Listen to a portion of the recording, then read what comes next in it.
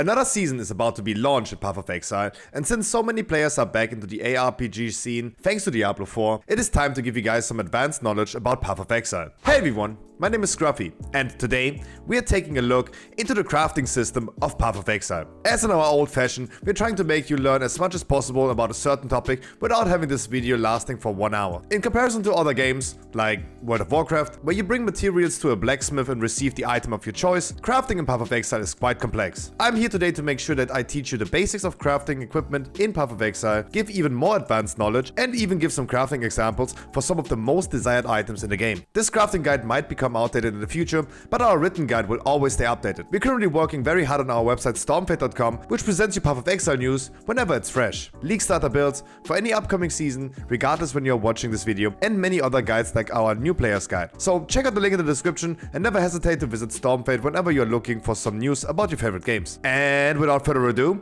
let's talk crafting in Path of Exile. Let's first define what crafting is. Crafting defines the transformation of any equipment with certain items which can achieve the provoked outcome. There are many ways to craft a specific item in Path of Exile, utilizing many different league mechanics and basic currency in the game. Unlike other games, crafting does not mean you create an item. It means that you're re-rolling the stats on the specific item, hoping for the desired outcome to appear. This so-called crafting will always involve quite a bit of RNG and luck, meaning that our goal is to maximize the chances to receive the stats we want and have a backup plan whenever something goes wrong. Talking about stats, let's quickly talk about how stats on equipment work. New players especially can also check out our new players guide here on YouTube, and again, thank you guys a lot for all the support on this video. Thanks to you guys, we have reached our 1000 subscriber milestone, despite me not being active that much recently. So if you continue watching this video here and you think afterwards we deserve it, then please consider subscribing. The YouTube algorithm really works in that way. That's why YouTubers always will ask you about this. When talking about stats on your basic equipment, each item can have up to 6 modifiers on it, this so-called explicit. They are called explicits because they are added on top of the item,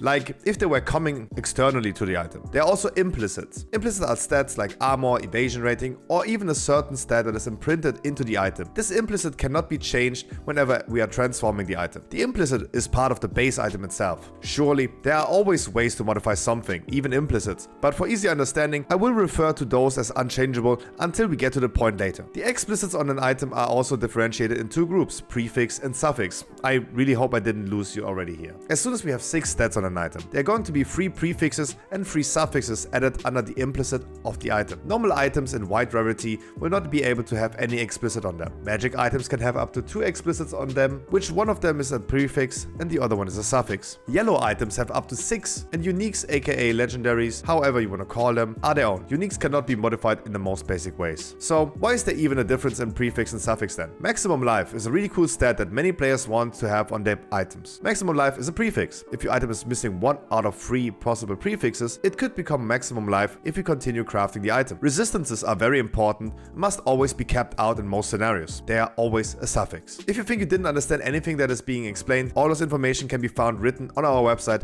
link is in the description. There's a long list of prefixes and suffixes that can be on an item. This list, as I already said in my new player's guide, does not have to be learned and stored in your memory. Almost every player will seek out, once again, for external sources that list them all together. It's like in math class back in the days. Teacher always wants you to know everything from the top of your dome, but then in real life, you can always just Google whenever you need algebra. Sadly, on top of all of that we know about explicit stats, they might vary depending on the base item that is used. A full dragon scale does not yield an implicit stat that you can determine immediately, but instead it provides armor and evasion rating. Armor is more connected to the strength stat, evasion to the dexterity stat, energy shield to the int stat. Those are the main stats that your character might use. But there are other equipment that gives you armor and energy shield and not armor and evasion rating. Those differences in the base item can cause that not the same explicit stats are possible to appear on that item. In the video description, you will find a link to the PoE database, which lists all of the explicits. Craft of Exile is another website that simulates crafting like it is in-game, so you can always test your next crafting steps before you proceed in the game itself. I will try to craft the items in our example today in the game directly, as long as I have enough currency. Talking about currency, those are the first few crafting items you will encounter. Those orbs that you obtain during your playthrough, like Jeweler's orbs or Chaos orbs, are called currencies. Currencies can manipulate items in many ways. These currencies currencies are used to start your crafting process, causing different outcomes depending on the currency used. Jeweler's Orbs changes the amount of sockets on an item. Orb of Fusing changes the links of the sockets of the item. A Chaos Orb changes a rare item unpredictably, rerolling all explicit stats in a random way. Exalted Orbs adds one additional explicit on an item if there's space, and an Annulment Orb removes one random explicit on an item. Essences are similar to currencies, especially in comparison to the Chaos Orb. An essence rerolls all stats on an item randomly, but at least ensures that one specific stat is guaranteed. In most cases, this will always be better than ever using a Chaos Orb on an item. Fossil crafting is more advanced, but it also randomly modifies an item like a Chaos Orb. Instead of guaranteeing a certain stat on an item like essences, we can increase the chance of multiple certain stats to appear. Multiple fossils can be used at the same time, causing the item to reroll its explicits with a higher chance to receive a certain outcome. Here's a quick example of an item craft that new players should learn already with all the information we have already learned. I have a certain item like this chest right here. First step is to improve its quality to the maximum 20% with armor scraps, another currency. This will increase the base stats of the item like the armor and evasion rating. I can either turn the item blue with transmutation orbs or yellow with an alchemy orb. Now, I would love to have more sockets on it, so I use a jeweler's orb until I achieve the amount of sockets that I want. As you probably know, we want them also to be linked together. Orb of Fusing will achieve this. Now, I could use an essence to achieve a random outcome with at least one stat guaranteed, and there you go. Looks now way better. Your crafting bench is the last step now for the basics of crafting. You will find your crafting bench in your hideout and can be used to add a certain stat to an item. You will find recipes throughout the leveling campaign or later on in certain maps. You can use the crafting bench, for example, if you need more resistances on your character and the item that you just crafted still has a free suffix, because you learned now that resistances are always suffixes. This is especially relevant whenever you're done with the campaign and you really want to start the endgame with your resistances capped out at 75%. You will obtain more crafting recipes from the Syndicate League mechanic. Whenever you drop such an item in a map, you can bring it to June into your hideout. This hidden stat will be revealed, and you also learn how to craft this certain stat later on your old items on your crafting bench. Harvest crafting is similar as your crafting bench, with some unique recipes only available on there. It just requires the harvest currency that you can obtain whenever you find your garden in your map. One last thing before we jump into advanced crafting advice and start with some examples. Fractured items are these that have this yellowish stat on them. This stat is fixed and cannot be changed anymore, whatever you do with it. If you find one item with this, with a stat that looks pretty good, you should definitely use that in the future for crafting. With, for example, essences, you will then have already 2 out of 6 stats that you have guaranteed. Okay, that was a lot, I know. Hydrate real quick and let's hop into some more advanced crafting. From now on, we will assume that all previous things have been understood. Whenever you want to craft an item, first, you must determine what stats you want on the item you will craft. Use the list that I gave you to find certain stats that you want, and then you have to plan your way to achieve this. Certain stats like increased chaos damage to attacks have text like chaos and attack. This could be used for fossil crafting, for example.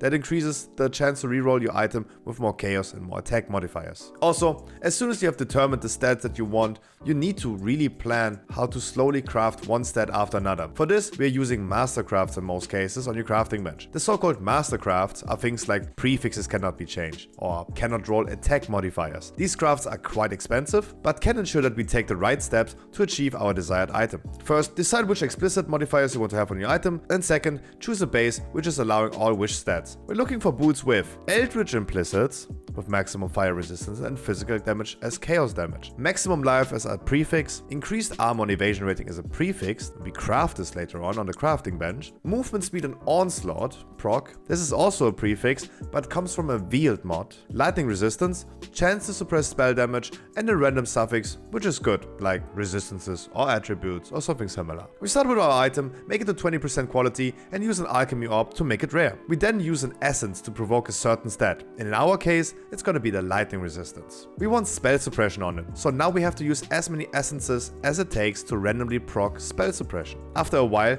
we have now 2 desired affixes and maybe an open suffix or something that is okay to stay. If not, we can continue rolling or try to remove it with annulment orbs. Next step is to make sure that we are not losing our suffixes. Crafting suffixes cannot be changed, requires an open prefix. We need to remove one prefix if needed. To do this in a safe way, instead of using just an annulment orb, we use an Eldritch annulment orb. We later on want to have the Eldritch implicit on our item anyway, and the Eldritch annulment removes either a prefix or suffix depending on which of these implicits has a higher ranking. If you had boots with a fractured mod as previously explained, we would have already had a third out of 6 desired stats on the item. Whatever we do now in the next steps, our suffixes are safe for us to continue. We want to have maximum life, increased armor and evasion rating, and movement speed with onslaught on kill as our prefixes. Movement speed with onslaught is a veiled mod that we learn to craft by obtaining certain items from the syndicate encounter. But instead, we want to proc it with a little higher because unveiling the item with the stat will always be higher than crafting it on the crafting bench. After saving our suffixes, we use a veiled chaos orb on it. This will reroll all stats on an item and add one veiled mod on it. We saved our suffixes, so nothing can happen to them. They will still remain. Now, it's random what prefixes we have. Looking at our list, almost all stats that are available for this item are something we want. We can of course unveil, use exalted orbs and craft the desired stats and call it done with the item. But if we want to maybe proc the stats on a higher tier, we can give it another try and start again on the step with the mastercraft. Suffixes cannot be changed. There are a few more ways to modify an item. Influenced items will yield the influence of a certain boss, adding additional explicits to the pool of possible stats on an item. These stats are very unique, and you need to obtain an item with the influence first to obtain them. You can also grant a regular item the influence by using an influence exalted orb. Synthesized items have modified implicits, but otherwise work like regular items. These can no longer be influenced though, but therefore also yield up to 3 implicits that are very unique. They can only be obtained in synthesized maps like the Cortex, and can be very pricey to find a suitable base item. Corrupting might be one last step that player could take to finish off their crafted items. Corrupted items can no longer be modified in most ways, just a few orbs that can change like the socket color, links or quality. Corrupting an item yields a large risk. It could happen that you just destroy the item unrecoverable. Goal of corrupting or double corrupting your item would be to achieve 2 new implicits like synthesis item. Let's do another example for crafting. We have now learned the most relevant methods we could utilize by crafting an item and make use of them. Currently, a lot of players are playing a Toxic Rain Pathfinder, which you can also find in our League starter builds on Stormfade. The bow that we want is a short bow for this build with the following stats. +1 level to socketed gems as a prefix, increased chaos damage over time, which is a hunter influence prefix, increased damage over time prefix, which can only be obtained on bows by crafting it on. Then our suffix we want attack speed and chaos damage over time multiplier. This bow is actually pretty easy to obtain, you would not believe it. We start with our bow and add 20 quality to it and turn it into a blue item with the transmutation orb. After planning all our crafting steps, we figured out that the most difficult stat to achieve will be the attack speed. We use alteration orbs to reroll the blue item. This ensures that we're not spending a lot of valuable currency for this explicit stat to appear. Turn the item rare with a regal orb and clean the item by using annulment orbs. If we remove the attack speed again, start all over again with the alteration orbs. We will use the mastercrafts to fill our suffixes and also block attack stats on our item. Craft can have up to 3 modifiers and cannot roll attack modifiers. If we look into the list of all stats on a bow, we will see that every single possible stat has the attack tag that now can no longer be rolled due to this mastercraft, except for 2. Those 2 are the ones that we are exactly looking for. We use an exalted orb to gain +1 level to socketed gems, only possible outcome,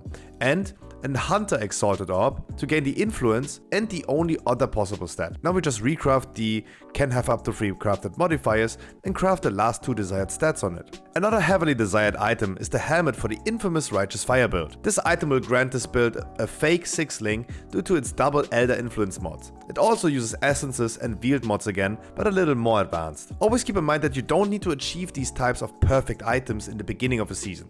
Settle down with something that is cheap but relatively good, and then later on you can try to obtain the perfect item. We're just trying to craft the perfect item as an example, showcase all the possible crafting methods. We're looking for an Elder influenced helmet with armor base. The stats we want are the following: maximum life as a prefix and crafted, +2 level of socketed AoE gems. This is a prefix and comes from a veiled mod. Socketed gems are supported by level 20 consecrated effect. This is a prefix as the Elder influence. Socketed gems are dealing 30% more elemental damage, is a suffix and comes from an essence. And socketed gems are supported by level 20 burning damage, a suffix and also an Elder influence. And a random viable suffix. Why random viable suffix? Because after planning our crafting steps, we have no way to guarantee a third suffix to be deterministically achieved. We start with turning the item to a rare, and then using Essence of Horror on them. They themselves can be already quite expensive. If you're not having enough currency to obtain the perfect helmet, settle down as soon as you hit something good with it. Our crafting examples are only for educational purpose. We are trying to achieve burning damage as a suffix to be able to save them with suffixes cannot be changed craft. As soon as we achieve this, we are going to the harvest crafting bench and reroll the item with a random influence modifier. This will reroll the item, including a new influence explicit, but keeps our locked suffixes now. This is now a 1 in 7 chance to hit the concentrated effect prefix we wanted. If it fails, try to repeat this step again after locking the suffixes again. After this, we want a +2 level to socketed gems. This is an unveiled mod, therefore we need to play with the Syndicate League mechanic and raid a safe house with Aceling in there. No worries, other players are selling this type of service to players, and this is just meant as another example of an advanced crafting method. This will remove one random explicit from your item and add one veiled mod on top of it, in comparison to the veiled chaos orb rerolling everything. Block some of the undesired possible outcomes from unveiling away by crafting them on the bench and hope to proc the one that you wanted. Last but not least, we craft our final prefix and then we have the perfect helmet. Last example for today is an amulet, but a talisman, and we give it a +2 level of gems on it.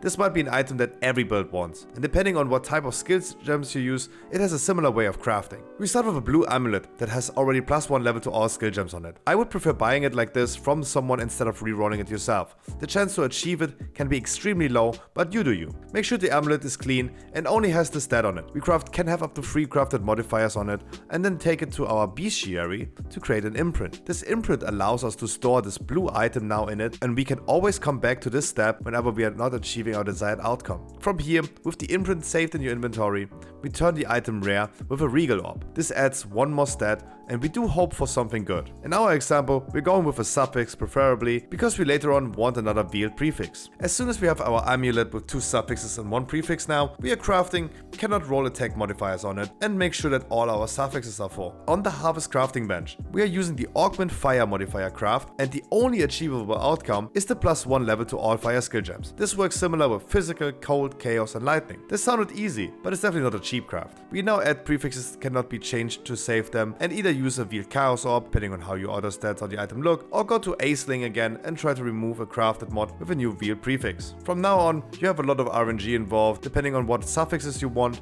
So, crafting in Path of Exile can become very complicated. As I always told you, you don't need to know everything from the top of your head. Utilize lists and make sure you're gonna plan how you can achieve those certain stats. All you should know is what ways and possibilities you have to modify a certain item and achieve a certain outcome. You do have to learn how to use a crafting bench, which is pretty basic, but also how to obtain certain other crafting recipes and utilize maybe harvest crafting. You need to learn what your currencies are doing and try to understand how certain stats work on an item, prefix and suffix, with all of the different tags like fire tag, attack tag, physical tag, cold, chaos, and use the mastercraft to block them to achieve your desired outcome. If you have any questions, I'm streaming on Twitch, World of Warcraft, and I'm streaming on Kick, some Path of Exile, especially when the season releases, so check this out as well. Stormfate.com will always be updated, and if you made it that far into the video, then you really owe us to hit the subscribe button.